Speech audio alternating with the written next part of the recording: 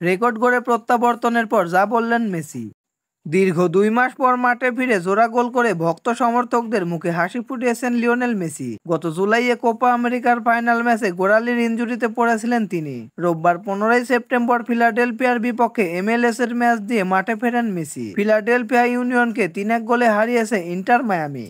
এদিন দলকে জিতিয়ে নতুন রেকর্ডও করেছেন মেসি। বর্তমানে MLS এ 19 ম্যাচে মেসির গোল সংখ্যা 15 এবং সহায়তাও 15টি, যা কিনা MLS এর ইতিহাসে দ্রুততম 15 গোল ও 15 অ্যাসিস্টের রেকর্ড।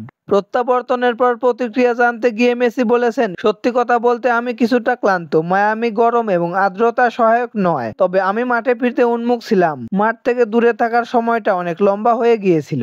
তিনি বলেছেন, ধীরে ধীরে আমি দলের সঙ্গে অনুশীলন করি এবং আমি ভালো অনুভব করতে থাকি। এ কারণে আমি শুরু থেকে মাঠে থাকার সিদ্ধান্ত নিই। আমি খুবই আনন্দিত এবং তৃপ্ত।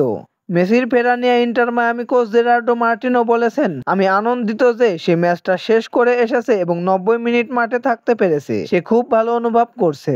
তো দর্শক বন্ধুরা, খেলাধুলার সকল আপডেট সবার আগে পেতে চ্যানেলটি সাবস্ক্রাইব করে পাশে থাকুন। ধন্যবাদ।